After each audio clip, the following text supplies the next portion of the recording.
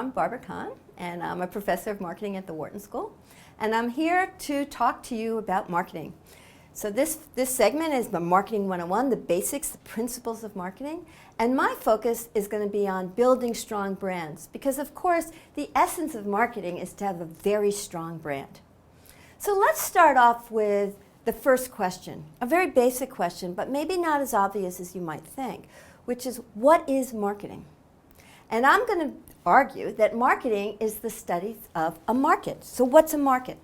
A market is an exchange between two partners, frequently a buyer and a seller, but marketing also applies to nonprofit or things where there isn't necessarily money being transacted. But what you need for marketing to exist, or for a market to exist, is to have an exchange.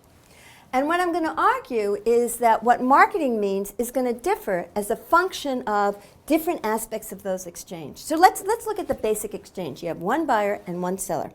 And I'm going to give a very simplified view to make a point. No markets are ever quite this simple, and I'm going to look at the two extremes just to make my point here. And the real markets are somewhere in the middle, but you'll see when I start defining this that it's very useful to use this kind of simplification. So if we think of an exchange between buyers and sellers, on one extreme we could have what's called a seller's market. And in the seller's market, what that means is the seller has a product, and if you want that product, you have to come to the seller. So the seller has all the power. The opposite of that would be a buyer's market, where there's lots of competition, a lot of products out there, and the buyer has the power. And what I would argue, and I think would make sense to you too if you think about it, is marketing should not be the same in the seller's market as in a buyer's market. So in a seller's market, what marketing tends to be is what we call product-focused marketing. You have the product. If the customers want it, they're going to come to you. In that case, you should develop that product to the best of your ability. You should innovate in that product, you should try to reduce costs, and you should really focus on the product. Your business objective in a product-focused market is to sell as much as you can. And profitability from a product-focused market is going to come from volume, selling as much as you can. In the past, when we've studied product-focused markets, we've shown that profitability is tied to market share. So market share becomes your business objective. And why does market share increase profitability? Because the bigger your market share, the more your revenues. And the bigger your market share and your volume, the lower the product cost, and hence profitability. Higher revenues, lower costs, more profit. That's really the goal of a product-focused market. And when you're product-focused, where do you get growth? Will you develop new products based on your product experience, or you go to new markets? That's product-focused marketing. So what's customer-focused marketing? Is it the opposite? And the answer is going to be no, not exactly. In fact, it's quite a different type of marketing. Let's think about it. Customer-focused marketing means that I need to focus on the customer to get that customer to buy from me rather than the competition. Well, what's the best way to get the customer to buy from you rather than from the competition? The best way to do it is to look at what that customer wants and deliver a product that meets the needs of that customer. So whereas in a product-focused market, I'm the expert and I create the very best product I can based on my expertise, in a customer-based market, what I'm going to do is look at what the customer wants and try to create product to meet that customer's need.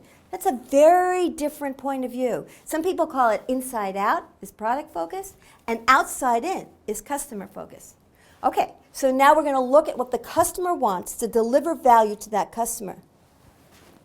But think about it. What does the customer want? Well, the first question is, well, which customer? You can't give every customer what they want, and we know customers are going to want all different things. So the reason why a buyer's market or customer-focused marketing is so different than product-focused is that every customer out there wants something different. If we try to give everybody what they want, we'll go out of business. That's too hard to do.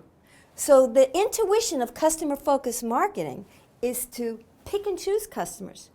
Deliver value to some customers, say yes to some customers, and no to other customers. That's the process of segmentation. I'm going to talk about that in the next section. But the idea here is that I go after some customers and I say no to other customers. Well, then how do I become profitable in that? Understand that in a product-focused marketing, what we did is sell as much as we can. We sold that product to anybody who wanted that product. In a customer-focused market, we're saying no to some customers and yes to others. So how do we make that profitable? And the answer is, you pick and choose the customers you want to deliver. You deliver value to that customer, give them exactly what they want and that they're willing to pay for. And where the profitability comes from is not from volume, but it's from creating value. How can value-based marketing be profitable? Well, the first thing is, if I give you exactly what you want, many times you'd be willing to pay a premium price.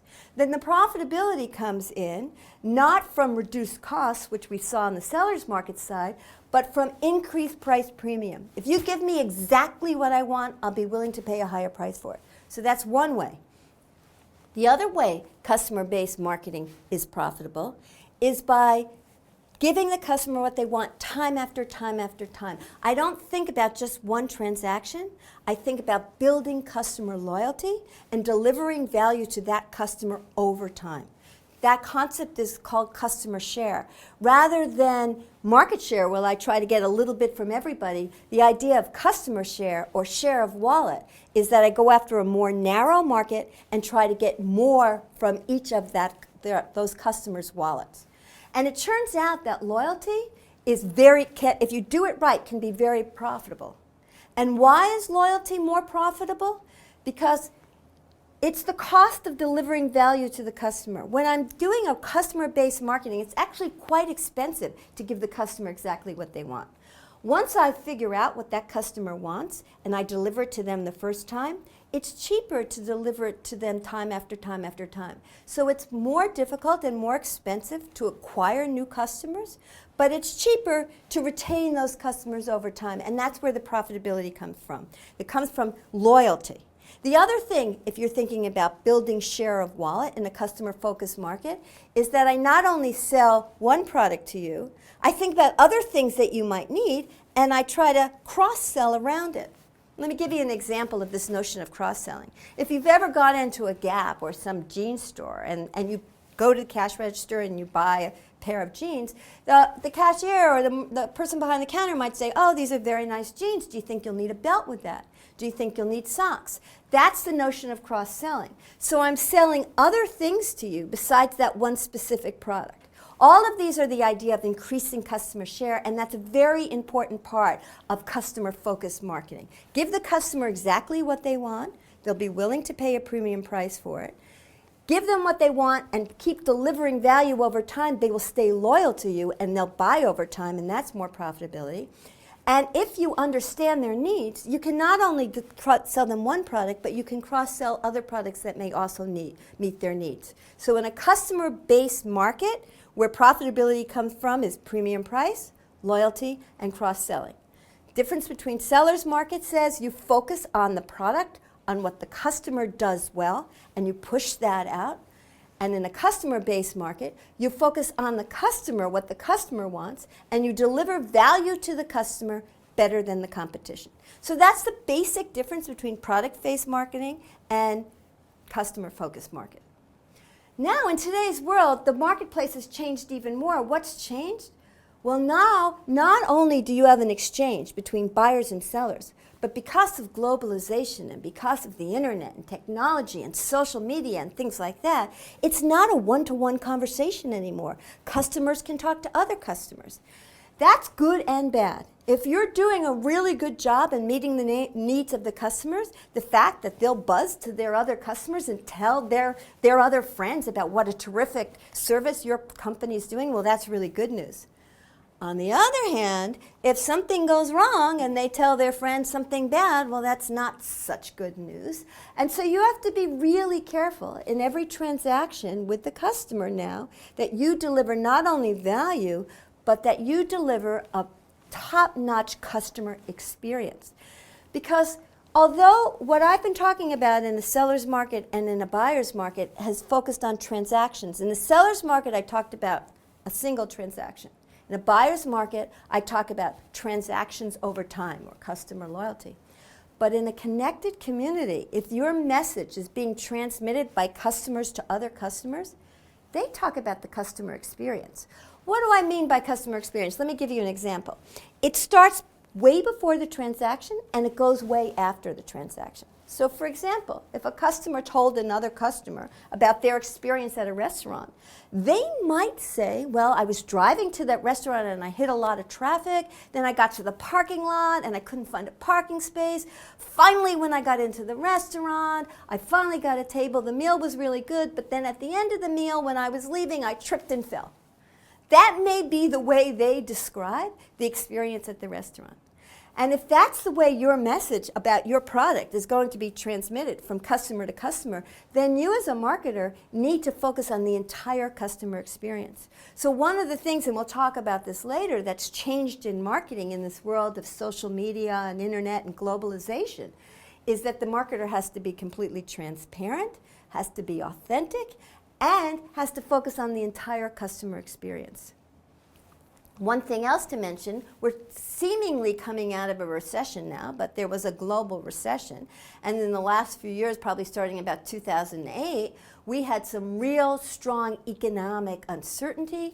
There was a lot of scandals going on. People became skeptical of marketing. Marketing had some bad names, the financial services industry. People lost trust. And so with all those changes in the economic environment, there's been a focus, again, in marketing, and marketing now has to focus on authentic, genuine customer value.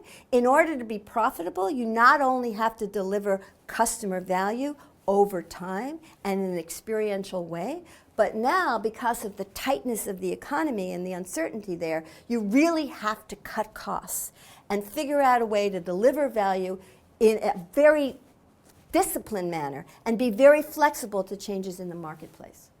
So let me just summarize what I've just said, the different types of marketing orientations. There's the product orientation, where you focus on the product and you persuade the customer to want what the firm has. There's the marketing orientation, where you persuade the firm to offer what the customer wants. That's a customer-focused approach.